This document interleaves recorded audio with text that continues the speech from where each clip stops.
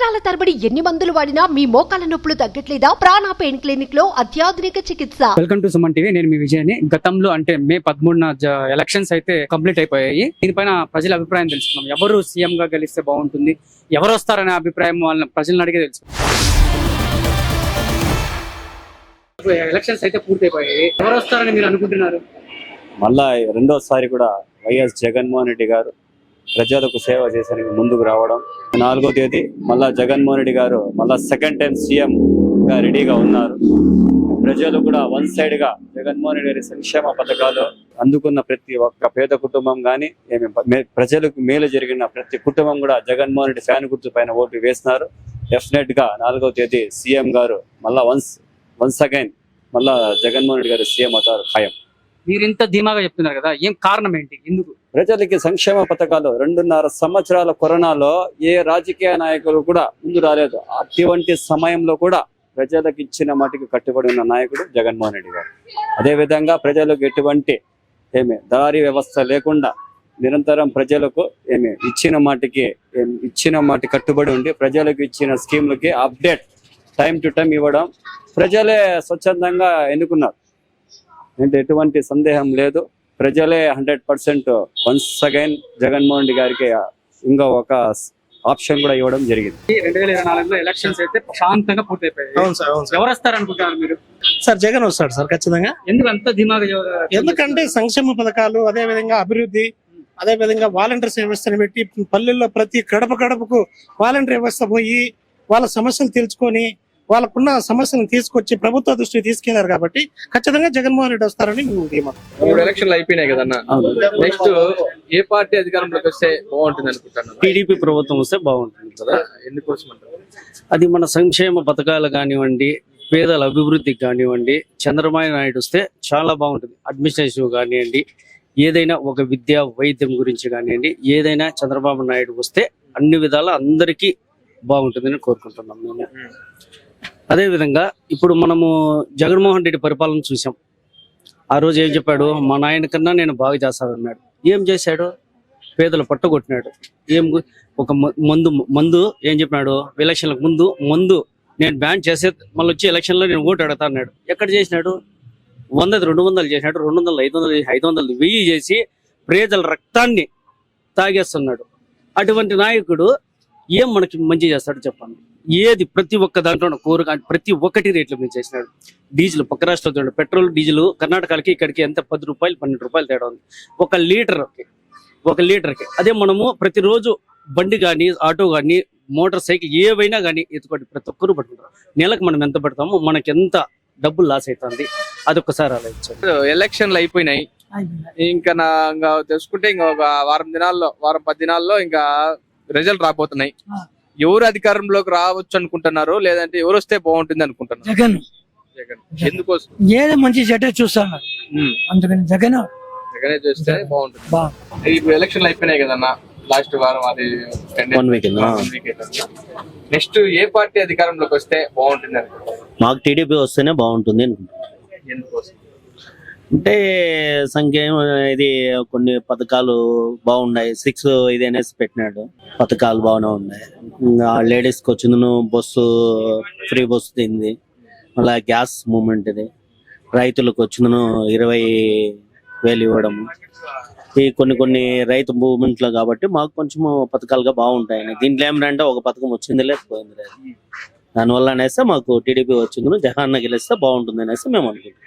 చూసుకుంటే మామూలుగా వాళ్ళు ప్రతిపక్షం వాళ్ళు అదే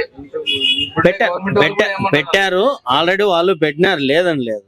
దాంట్లో ఏమైందంటే ఎవరు వాళ్ళకు మద్దతుగా ఎవరు మాట్లాడినారో ఆ మనిషికే పథకాలు వస్తాయి. లోకల్ గా ఉండేవాళ్ళు చాలా మంది ఉన్నారు. ఇండ్ల విషయంలో కానీ, ఇంటి 4 ఇండ్లు ఉండే వాళ్ళకి 1 ఇల్లు వాళ్ళకే వచ్చినాయి. కానీ ఇండ్లు పూర్తిగా లేని వాళ్ళకి కూడా ఇండ్లు లేవే. ఇప్పుడు వచ్చినాయి కాలనీలు ఉన్నాయి, జగన్ కాలనీ ఆ పక్క ఇది ఉన్నాయి. దాంట్లో కూడా సేమ్ అంత ఒక్కొక్క పూర్తి ఇండ్లు. మా ఇండ్ల పక్కన అయితే మా కాలనీ బాబు కాలనీలో పేరు ఉందని బోర్డే పెరిగేది. కాలనీలో వైఎస్ కాలనీ పేరు కూడా మార్చారు. ఏం చేయలేదు.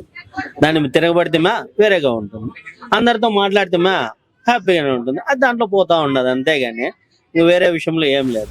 మీ పేరు సార్? మహేష్ ఎక్కడి నుంచి వచ్చినారు మీరు? మదనపల్లి. మదనపల్లినా?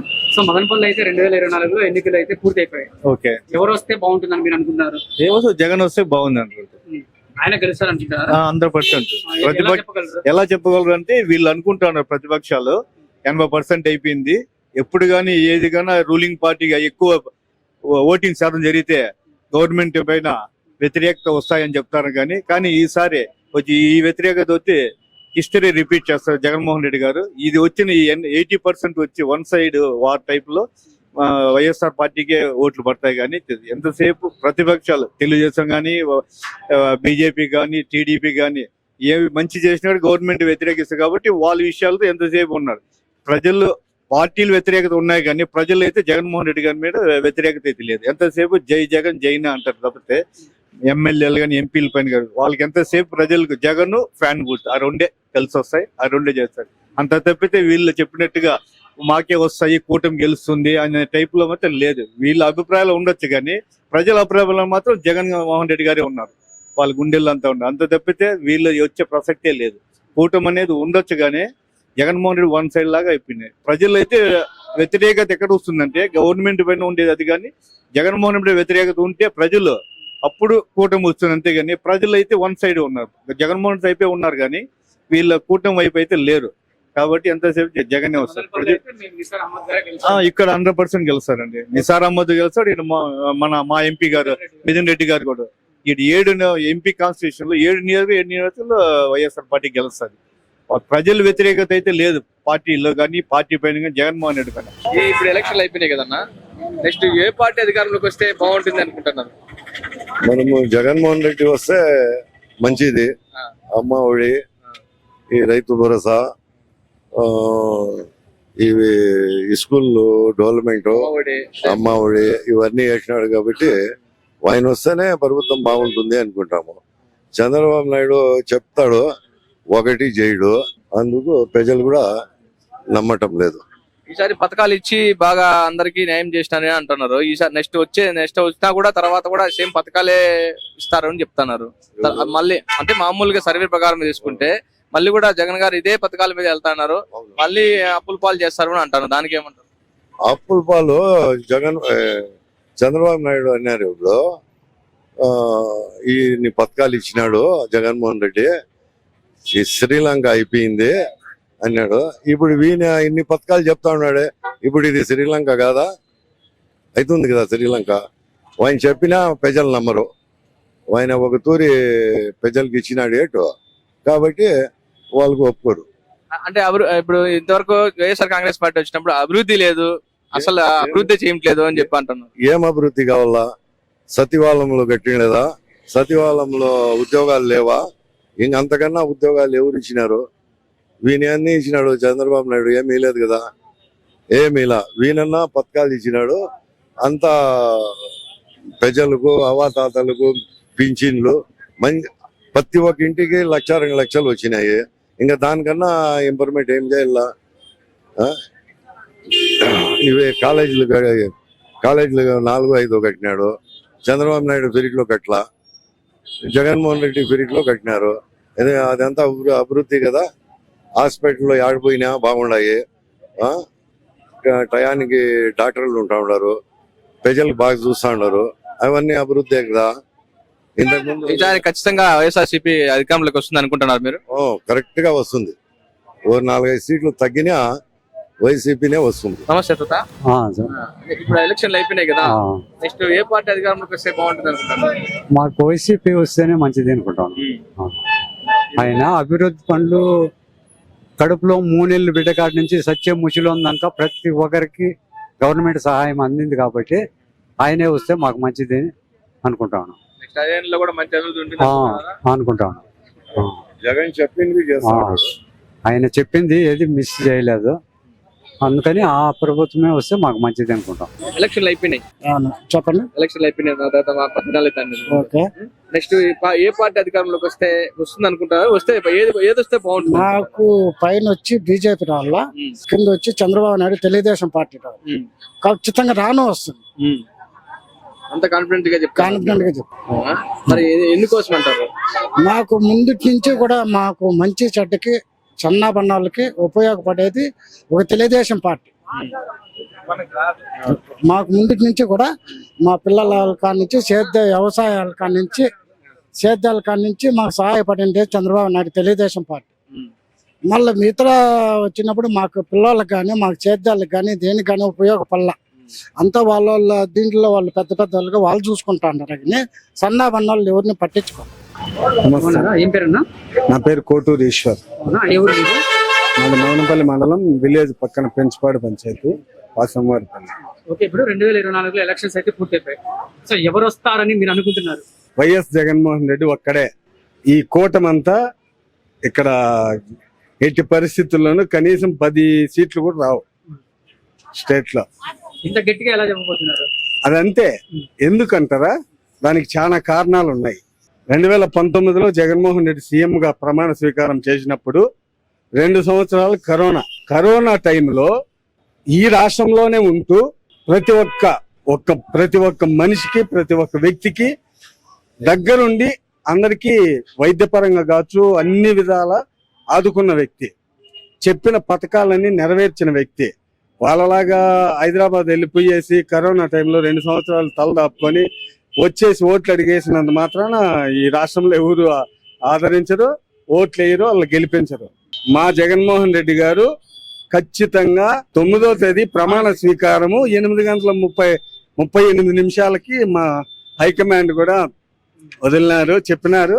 ఖచ్చితంగా ఆ రోజు జగన్మోహన్ రెడ్డి, వైఎస్ జగన్మోహన్ రెడ్డి అనే నేను ఆ మాటకే స్టేట్ వణుకుతుంది, గూస్ బంప్స్ వస్తాయి. మొత్తం ఈ స్టేట్ లో ఎవరైతే కూటమి కట్టినారో మొత్తం అన్ని జెండాలు, పార్టీలు అన్ని గాలికి ఎగిరిపోతాయి. ఇప్పుడు ఎలక్షన్లు అయిపోయినాయి కదన్నా, అవునండి. ఏ పార్టీ అధికారంలోకి వస్తుంది అనుకుంటారు? ఇప్పుడు అయితే మనకి ఎన్డీఏ ప్రభుత్వం గారు ఖచ్చితంగా చంద్రబాబు నాయుడు గారు వస్తారండి. ఎందుకంటే ఇంతకు ముందు అయితే నాకు అమ్మఒడి అయితే రాలేదు, సరేనా? నాకైతే కాలనీ రాలేదు, ఇందిరమ్మ కాలనీలు ఇవ్వలేదు.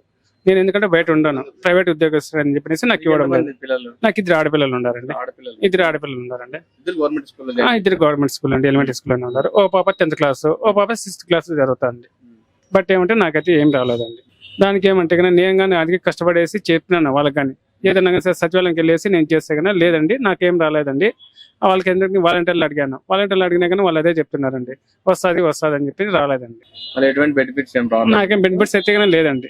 బట్ ఏమంటే నేనేం చెప్తున్నానంటే నాకైతే చంద్రబాబు నాయుడు గారికి ఇంతకుముందు అయితే కానీ మా అమ్మ మా నాన్నకి అయితే కానీ ఇచ్చారండి. ఇప్పుడైతే కానీ నాకైతే ప్రభుత్వంలో ఏమీ రాలేదండి, ఇది వైఎస్ఆర్ ప్రభుత్వంలో. నమస్తే అన్న. నమస్తే. నెక్స్ట్ ఎలక్షన్లు అయిపోయాయి కదా, నెక్స్ట్ ఏ పార్టీ అధికారంలోకి వస్తుంది అనుకుంటున్నారు? 4వ తేదీన జగన్మోహన్ రెడ్డి వస్తాడని నమ్ముతాను. ఖచ్చితంగా ఖచ్చితంగా ఆయన మొత్తం సీఎం ఆయనే అవుతాడు. బాగా నమ్మకంగా ఉన్నది మీరు? మాకు నమ్మకం ఉంది. మదనపల్లిలో ఎవరు ఎమ్మెల్యే అవుతారు? నిసార్ అహ్మదే ఎమ్మెల్యే. ఎలక్షన్స్ అయితే పూర్తి అయిపోయాయి, ఎవరు గెలిస్తే బాగుంటుందని మీరు అనుకుంటున్నారు?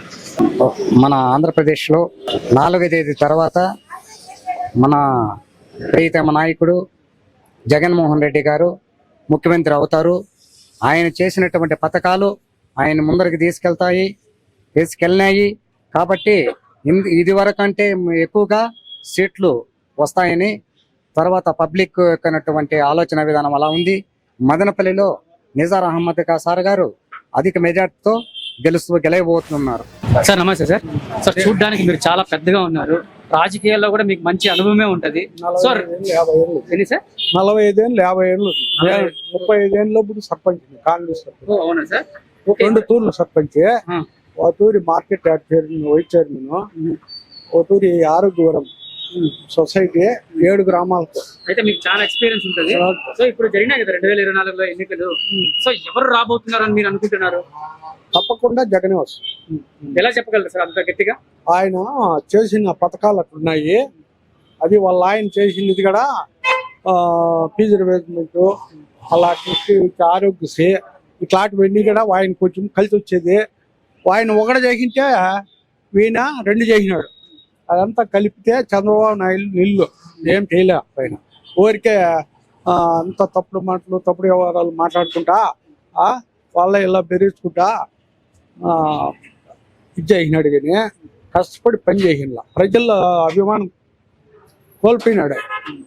తప్పకుండా జగన్ గెలుస్తాడు. ఈసారి కూడా 55 సీట్లతో గెలుస్తాడు. ఓకే 150 సీట్లతో 23 ఎంపీలు గెలుస్తాడు. మాకిన చాలా సర్వేలు చేసినాము. ఈసారి లేడీస్ మేము బలంగా ఏదో ఆటోల్లో ఇవి పిలుచుకొచ్చి ఓట్లు వేస్తాడు. మమ్మల్ని కూడా ఇంటికాడ వదిలేసి వాళ్ళు వచ్చి 8 గంటలకే ఓట్లు స్వచ్ఛందంగా చేశారంట. స్వచ్ఛంగా వేసినారు. వాళ్ళు చాలా ఇంట్రెస్ట్ వచ్చి వేసినారు. మళ్ళా ముస్లిం ముతకని కూడా వాళ్ళే పిలుచుకొని వచ్చి ఓట్లు వేసినారు. కాబట్టి 100% జగన్మోహన్ రెడ్డి గెలుస్తాడు ఖచ్చితంగా. సుమన్ టీవీలో మీ పర్సనల్ అండ్ బిజినెస్ ప్రమోషన్స్ కోసం కింది నెంబర్కి కాంటాక్ట్ చేయండి.